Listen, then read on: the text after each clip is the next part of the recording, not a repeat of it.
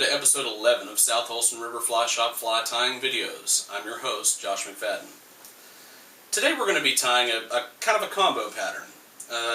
It takes all the great things about the copperhead nymph that we tie, and all the really good things about the split case nymph that we tie, and it combines them together, and it makes a really killer pattern. Basically what we have here is a size 16 TMC 9300. We're going to be using mallard flank for the tail, the brown vinyl rib for the abdomen. The thorax is going to be some muskrat and dark brown dubbing, and the wing case is going to be our 1/8 inch scud back with a yellow biot pulled over the top of it, as well as we're going to be having some mallard for the legs and a 5/64 tungsten bead in black. And so this fly has a lot of triggers. It's real good, again, for when fish are selective, when they're after those key ingredients, when they're looking for segmentation, coloration, profile. This fly has got it all in the Sulphur Nymph category. Let's get to tying. Alright guys, this is the fly we're after this time, this sulphur pattern. It's Sulphur Nymph. It's got some good elements of the copperhead, along with some elements from the split case to form a really killer looking Sulphur Nymph, and black tungsten bead on it. So we're going to go ahead and tie it up. Size 18 TMC 100, black tungsten bead on there. Okay. Get that mounted in the vise. Come in here with the dark brown 70 denier. Get a thread base going. Clip off my excess. Then we're going to come in here with a little bit of mallard flank for a tail. So we're going to come down here to just above where the barb would be if we were using a barbed hook. Okay. And we're going to tie in some mallard flank, the lemon dyed stuff. Has a great appearance for these sulphur tails. Okay, let's take a clump of them like this that you've pulled off the feather and tie it on about half the shank length or so. Get a little bit of thread twist here. Get that unwrapped. You know, periodically when you're tying, you need to untwist your thread so that you can wrap. If you notice that you take a wrap forward and it curls up on you, you need to spin it counterclockwise and get some of the twist wrapped out of it so that you can be all set again. We're going to take some of our vinyl rib, wrap here for the abdomen, the brown vinyl rib. They've had this material dyed at the shop just for these patterns because they're it's just spot on color wise with the bugs. So in this case, and we've talked about this before, now I'm having to, the way that the D rib went down, now I'm having to counter rib the D rib in order to get the segmentation that we're after. Again, sometimes you just tie it in backwards and it's no big deal. You just wrap the other direction. It makes no difference whatsoever, as long as we're getting the segmentation we're after. Okay, tie that off there. Get some good segments. I nearly get it. Turn it back over here for you to see it in the normal way. I tie so many flies upside down. End up tying half the fly upside down. Next thing in the process here is that we need a yellow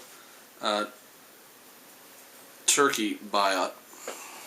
Okay, and this is going to be our yellow poking through the wing case, so to speak. So we're going to take that and tie that in.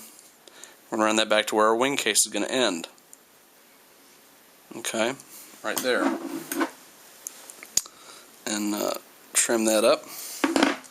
We use our black 1/8 inch scud back, which I really like for any type of any type of nymph, be it a mayfly, is a sulphur, or a Baetis, or blueing olive.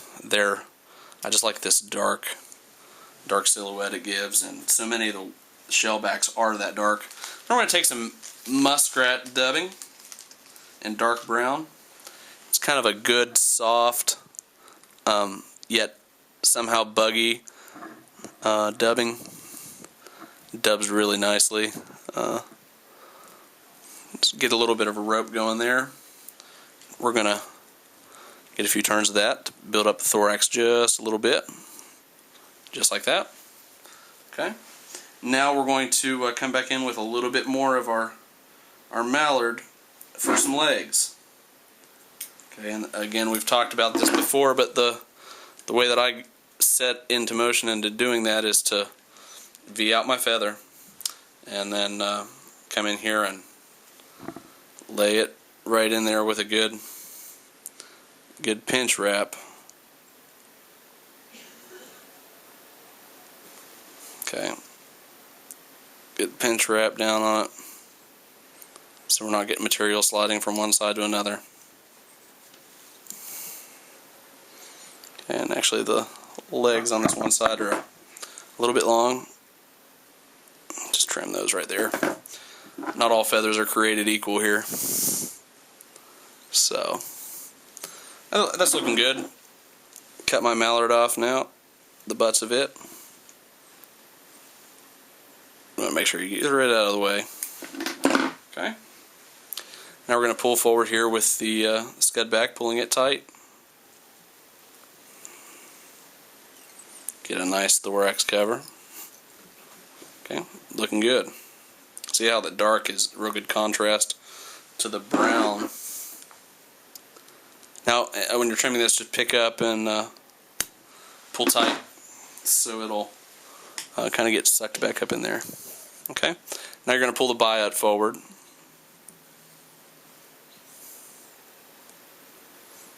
Okay, try to get it centered on top of the hook there. Looking really good. We just want to take up this space right in front of the bead, or right behind the bead rather, as our tie down point and as our space for the fly to end. Okay, I'm going to bend this back and just make a few wraps in place in front of that biot right there. That's looking really nice, and so that will work. That is a really good imitation of these sulphurs, and you know, these fish have seen so many flies that we just keep throwing different stuff at them sometimes, and that's a real good impressionistic and almost realistic deal of the sulphur nymph. Now you can come back in here and of course put a little bit of your Sally Hansen's or super glue or whatever you're wanting to do just right there over the thorax area. Give it some protection, and that right there, folks, is a go-getter. And here's the original. Let's see, where did it go? Here's the original we tied off of from the bin. Okay, so pinch that right there. That's looking pretty good, I think.